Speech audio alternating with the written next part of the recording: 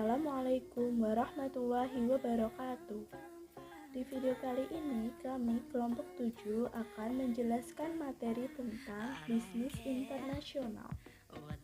Sebelum masuk materi, yuk kenalan dulu dengan anggota kelompok 7. Yang pertama ada saya, Irma Inayatul Laili. Yang kedua ada Muhammad Haikal Fitron. Yang ketiga ada Latifa Aulia Nur Rohma. Dan yang terakhir ada Ratna Dewi. Bisnis internasional merupakan kegiatan bisnis yang dilakukan antara negara yang satu dengan negara yang lain. Hakikat bisnis internasional.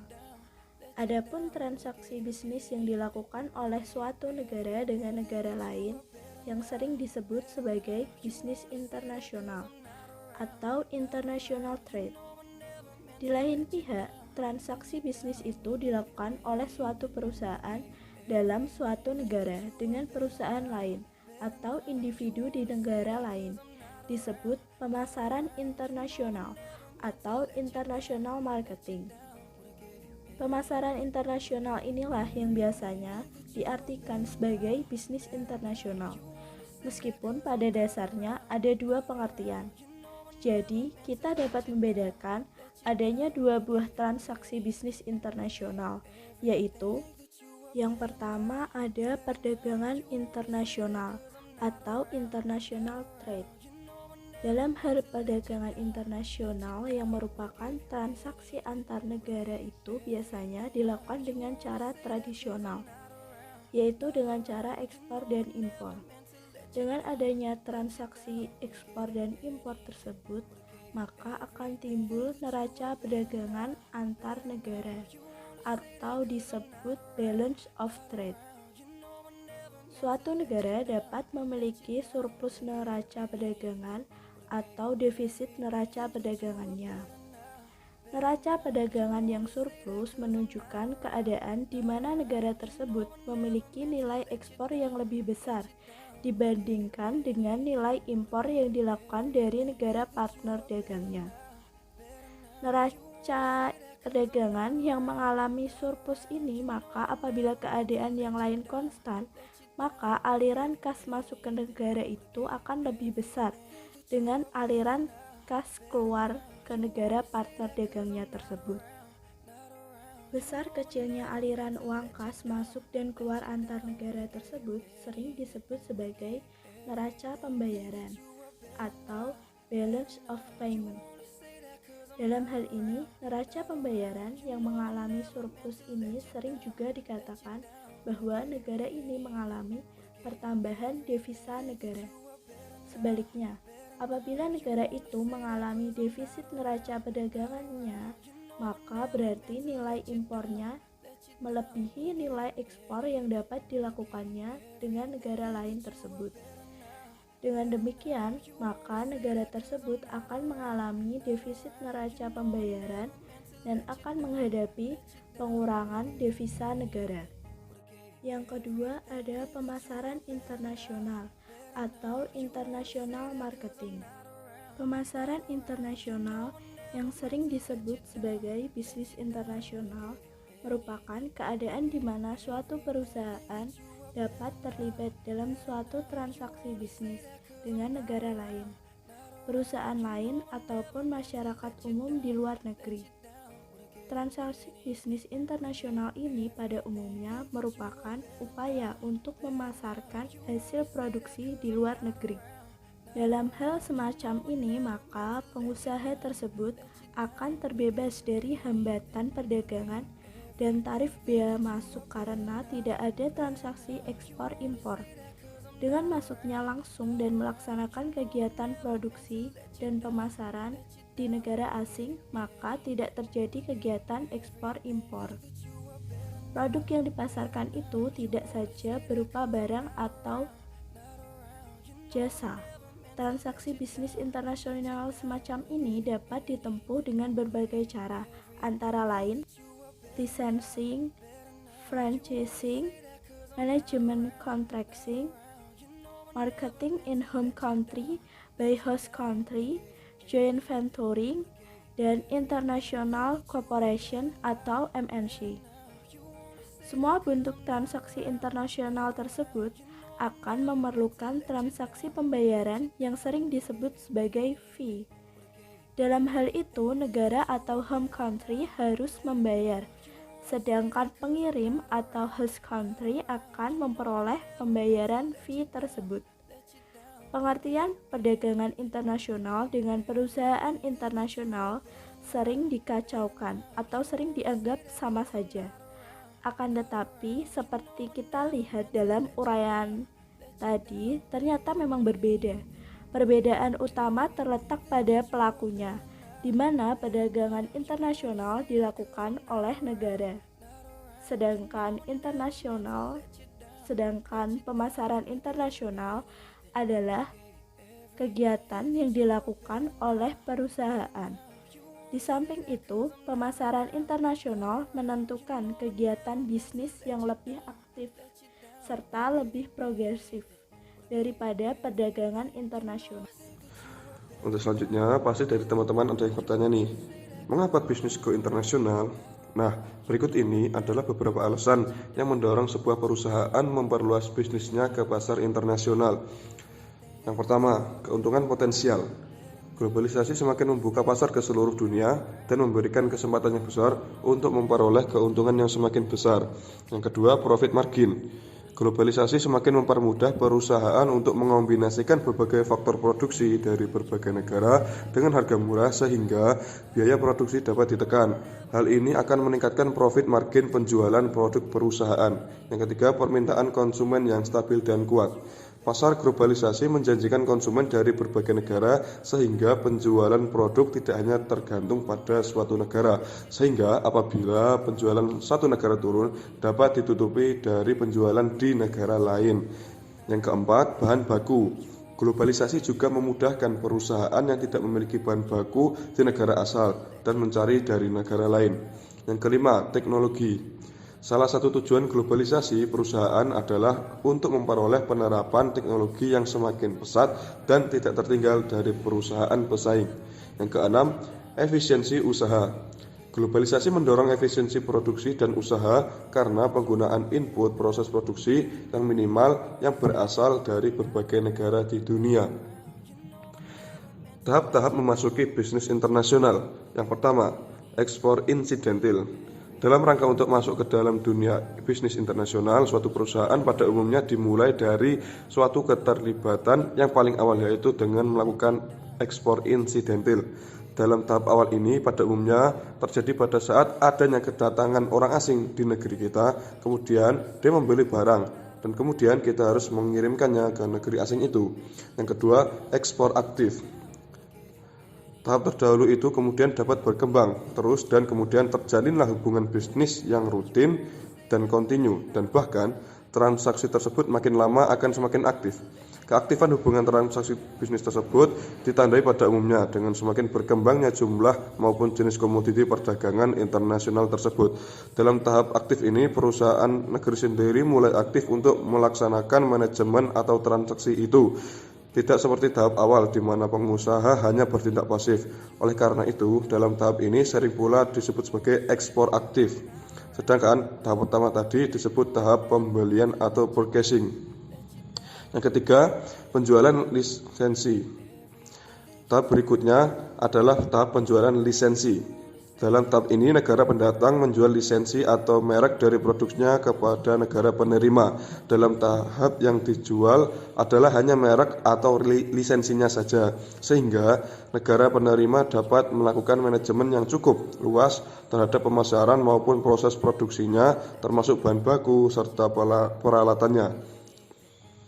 Untuk keperluan pemakaian lisensi tersebut, maka perusahaan dan negara penerima harus membayar fee atas lisensi itu kepada perusahaan asing tersebut. Yang keempat, franchising. Tahap berikutnya yang merupakan tahap yang lebih aktif lagi, yaitu perusahaan di suatu negara menjual tidak hanya lisensi atau merek dagangnya saja, akan tetapi lengkap dengan segala atributnya, termasuk peralatan, proses produksi, resep-resep campuran proses produksinya, pengendalian mutunya, pengawasan mutu bahan baku maupun barang jadinya, serta bentuk pelayanannya. Cara ini sering dikenal sebagai bentuk franchising. Dalam hal bentuk franchise ini, maka perusahaan yang menerima disebut sebagai franchisee, sedangkan perusahaan pemberi disebut sebagai franchisor. Berikut ini, bentuk ini pada umumnya berhasil bagi jenis usaha tertentu, misalnya makanan, restoran, supermarket, fitness center, dan lain-lain. Yang kelima, pemasaran di luar negeri. Tahapan ini memerlukan intensitas manajemen serta keterlibatan yang lebih tinggi karena perusahaan pendatang haruslah secara aktif dan mandiri untuk melakukan manajemen pemasaran bagi produknya. Dan yang terakhir, produksi dan pemasaran di luar negeri. Pada tahapan ini, perusahaan asing datang dan mendirikan perusahaan lengkap dengan segala modalnya, lalu melakukan proses produksi dan menjualnya di negara tersebut. Tahapan ini memiliki unsur positif bagi negara berkembang, karena negara penerima tidak perlu menyediakan modal yang sangat banyak untuk mendirikan pabrik tersebut. Selanjutnya, kita akan membahas mengenai level keterlibatan bisnis internasional. Ada 3 level keterlibatan bisnis internasional. Yang pertama yaitu eksportir dan importir. Pengertian dari eksportir adalah perusahaan yang mendistribusikan dan menjual produk-produk kepada satu atau lebih negara asing. Sedangkan importir yaitu membeli produk-produk di pasar luar negeri dengan tujuan dijual kembali di negaranya. Kedua jenis perusahaan ini merupakan level keterlibatan terendah dalam operasi internasional. Yang kedua yaitu perusahaan internasional. Setelah perusahaan mendapatkan pengalaman dan berhasil sebagai eksportir dan importir, mereka dapat berpindah ke level keterlibatan berikutnya sebagai perusahaan internasional. Perusahaan ini menjalankan sebagian besar bisnisnya di negara-negara asing. Beberapa dari mereka juga menjalankan fasilitas manufaktur di luar negeri. Meskipun cukup berpengaruh pada ekonomi global, perusahaan internasional pada dasarnya tetap merupakan perusahaan domestik yang beroperasi secara internasional, sehingga perhatian utamanya adalah pasar domestik di negaranya sendiri. Contoh perusahaan ini adalah BMW dan Walmart. Kemudian yang ketiga yaitu perusahaan multinasional. Perusahaan ini merupakan level keterlibatan tertinggi yang dapat dipilih perusahaan. Perusahaan multinasional merancang, memproduksi, dan memasarkan produk-produk di banyak negara. Contohnya perusahaan multinasional adalah IBM, Nestle, dan Ford. Level keterlibatan yang berbeda dalam bisnis internasional membutuhkan jenis struktur organisasi yang berbeda pula. Pilihan struktur yang tepat akan membantu aktivitas bisnis perusahaan sesuai dengan level keterlibatannya. Ada 5 struktur organisasi internasional. Yang pertama yaitu agen independen. Agen independen merupakan individu atau organisasi asing yang setuju untuk mewakili kepentingan eksportir di pasar luar negeri. Agen ini seringkali bertindak sebagai wakil penjualan, di mana mereka menjual produk-produk milik eksportir, mengumpulkan pembayaran, dan meyakinkan kepuasan pelanggan. Mereka sering mewakili beberapa perusahaan pada saat yang bersamaan dan biasanya tidak mengkhususkan diri pada satu produk atau pasar. Yang kedua, pemberian lisensi. Lisensi merupakan perjanjian antara perusahaan pemberi lisensi dan perusahaan pengguna lisensi yang memberikan hak eksklusif bagi pengguna lisensi untuk memproduksi dan memasarkan produk perusahaan pemberi lisensi. Sebaliknya, pemberi lisensi biasanya menerima uang jasa fee ditambah dengan pembayaran terus-menerus yang disebut royalti. Royalti ini umumnya dihitung sebagai persentase tertentu dari penjualan pemegang lisensi. Struktur organisasi internasional yang ketiga yaitu kantor cabang. Struktur ini berupa kantor di luar negeri yang didirikan oleh perusahaan internasional atau perusahaan multinasional.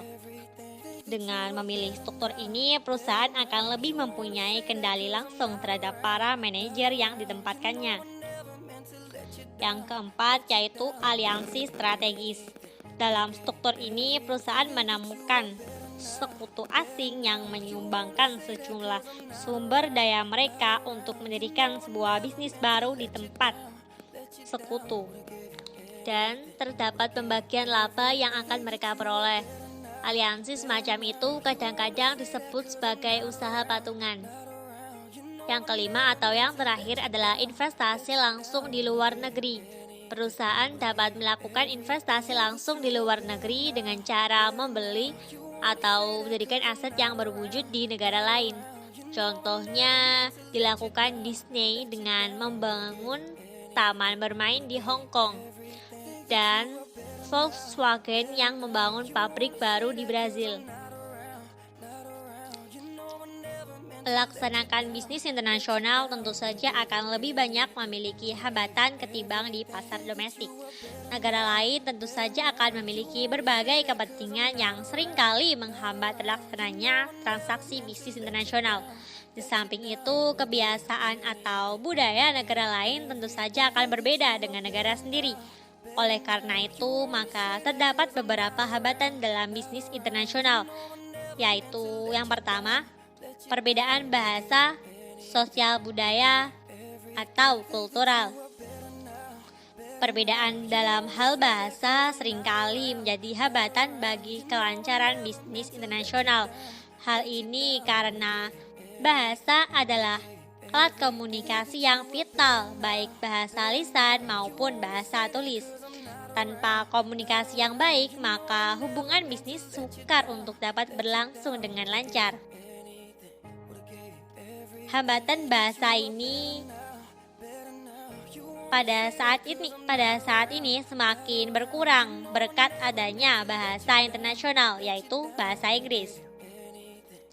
Meskipun demikian, perbedaan bahasa ini tetap menjadi hambatan yang harus kita waspadai dan dipelajari dengan baik, karena suatu ungkapan dalam suatu bahasa tertentu tidak dapat diungkapkan secara begitu saja dengan kata yang sama dengan bahasa yang sama, karena suatu negara pasti memiliki bahasa mereka sendiri dengan penafsiran yang sendiri, begitu. Kemudian perbedaan kondisi sosial budaya juga menjadi salah satu masalah yang harus kita cermati. Misalnya saja pemberian warna terhadap suatu produk ataupun bungkusnya itu harus diperhatikan, karena warna tertentu yang di suatu negara memiliki arti tertentu juga, bahkan bisa bermakna yang bertentangan. Perbedaan budaya ataupun kebiasaan juga perlu diperhatikan. Perbedaan ekonomi juga mempengaruhi operasional bisnis internasional. Sebagai contoh, di negara Perancis, mereka menganut ekonomi campuran. Mereka berperan sangat besar dalam industri penerbangan, di mana mereka ikut terlibat dalam aspek rancangan pesawat sekalipun. Di Indonesia sendiri juga menganut sistem ekonomi Pancasila. Pemerintah tidak mengizinkan swasta asing untuk menguasai bisnis yang menguasai hajat hidup dan kepentingan orang banyak. Hubungan politik yang kurang baik dalam suatu negara atau negara dengan negara yang lain juga akan mengakibatkannya terbatasnya hubungan bisnis dari suatu negara tersebut. Sebagai contoh yang terjadi di Amerika. Di Amerika melakukan embargo terhadap komoditi perdagangan dengan negara-negara komunis. Dan ketentuan hukum atau undang-undang juga berlaku di negara, kadang juga bisa membatasi berlangsungnya bisnis internasional. Misalnya saja negara-negara di Arab, mereka melarang barang-barang mengandung daging maupun minyak babi. Hubungan operasional, yakni transportasi atau pengangkutan barang yang diperdagangkan tersebut dari negara yang satu ke negara yang lain. Transportasi seringkali sukar untuk dilakukan karena antara kedua negara itu belum memiliki jalur pelayaran kapal laut yang reguler. Hal ini akan dapat mengakibatkan biaya pengangkutan atau ekspedisi kapal laut untuk jalur tersebut akan menjadi semakin mahal. Sekian presentasi dari kelompok 7 pengantar bisnis. Saya dan teman-teman memohon maaf jika terdapat salah kata atau kurang jelas. Wassalamualaikum warahmatullahi wabarakatuh.